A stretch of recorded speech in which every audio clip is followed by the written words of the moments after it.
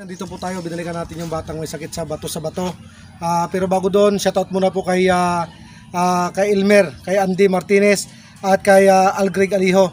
Siyempre, shoutout din doon sa aking very supportive na kaibigan, na sponsor, kay Bro Garrett Paglinawan. At doon siya nagbigay na pagbigay na tulong dito na hindi magpasabi ng pangalan. Shoutout sa inyo dyan. Magandang hapon, Len. Ayan, nandito po tayo para balikan natin at kumustahin ang mag-ina. Ito po yung bata na may sakit sa bato. Ayan, siya po yung kailangang operahan na. Tanongin po natin ang nanay niya. Simula nung na-vlog namin kayo, meron na ba kayo natanggap na tulong? May mga tulong-tulong mo nabigay sa inyo? Meron po. Meron din, ayan. So, lagi pa rin magdasal. At ano ba ang kuwan talaga ninyo plano kung sakaling mayroong mag-sponsor na maoperahan siya? Kailangan na talaga maoperahan. Gusto ko po sana ay maoperahan na siya para hindi na po magpabalik-balik yung kanyang sakit. Kasi nagagastusan po kami sa gamot niya. Sa gamot talaga.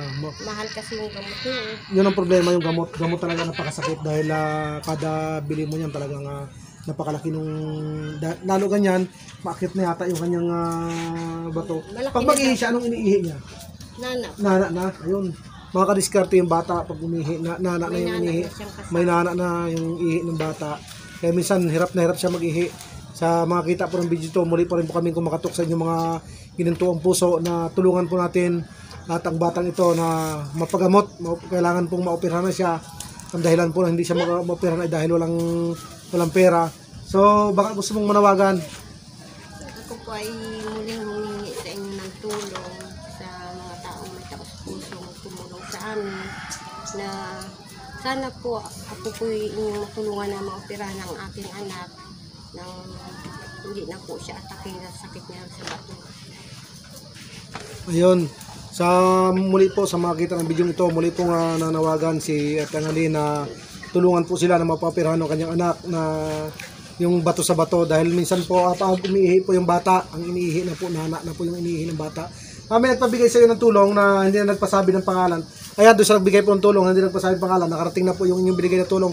Maraming salamat po sa inyo sa binigay niyong tulong. Ito po ay makakaragdag na pambili-bili nilang gamot habang hindi pa naoperahan yung bata. Sana po may makita talaga nito na matulungan po talaga sila na maoperahan ng batang ito.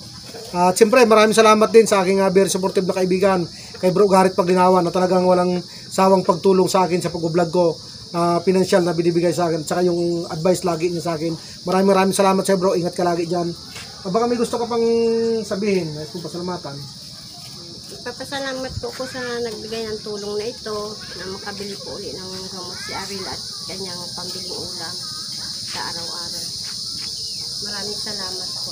Ayan mga kadiskarte, muli pong nagpapasalamat sa Nalindo sa nagbigay ng tulong na hindi na po nagpasabi ng pangalan. At muli po kami kumakatok talaga sa inyo na sana po matulungan natin bata. Ilang taon na siya, Len? 11 years old. Ayan. Anong grade niya na? Mag-grade 2 po siya. Mag-grade 2 pa lang. Ang dahilan po nang hindi niya pagtuloy-tuloy ng pagpasok dahil nga sa kanyang sakit. Ano po? At napaka-kuha ng sakit niya. Medyo akit na yan. Kasi ang iniihi niya ay nana na. Kami po talaga inanawagan sa inyo na sana po matulungan niyo kami. Ang dalangin po namin ay magkaroon ng katugunan ang dalangin ng nanay niya na matulungan sila na mapaoperahan yung bata. At doon sa may mabuting loob po dyan, sana naman ay mapansin yung batang ito na matulungan po natin.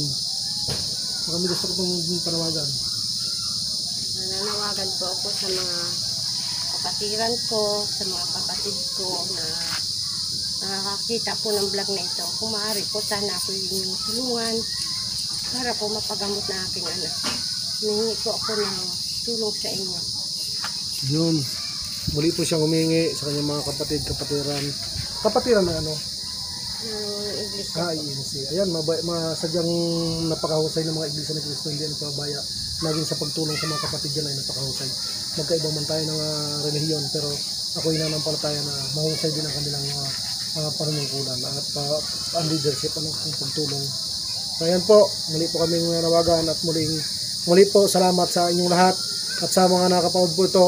Paki-share po ng video hanggang makarating doon sa taong may mabuting loob, may mabuting puso na matulungan ang batang ito maoperahan.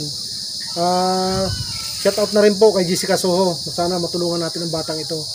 Gusto ko pong matulungan ang batang ito. Shout out sa dyan, Jessica Soho.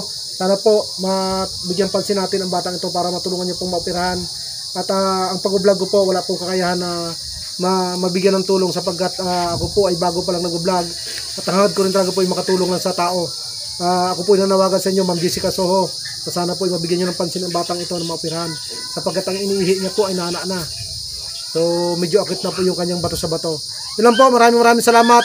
Patuloy nyo pong suportahan ang Facebook page ng mga Kadiskarte, YouTube channel, mga Kadiskarte. At sana po, doon sa makita ng video ito, pakishare po hanggang makarating sa kinaukulan, hanggang makarating sa may mabuting loob na matulungan ang batang ito. Baka may gusto ka pang sabihin. Salamat. Salamat po sa tulong sa akin at nag-share po ng vlog ng taong itong magandang loob na nagtulong sa amin. Maraming salamat po sa kanya at sa inyo. Okay, God bless sa lahat po. At muli, maraming salamat. Ingat po tayo lagi. Yun lang po.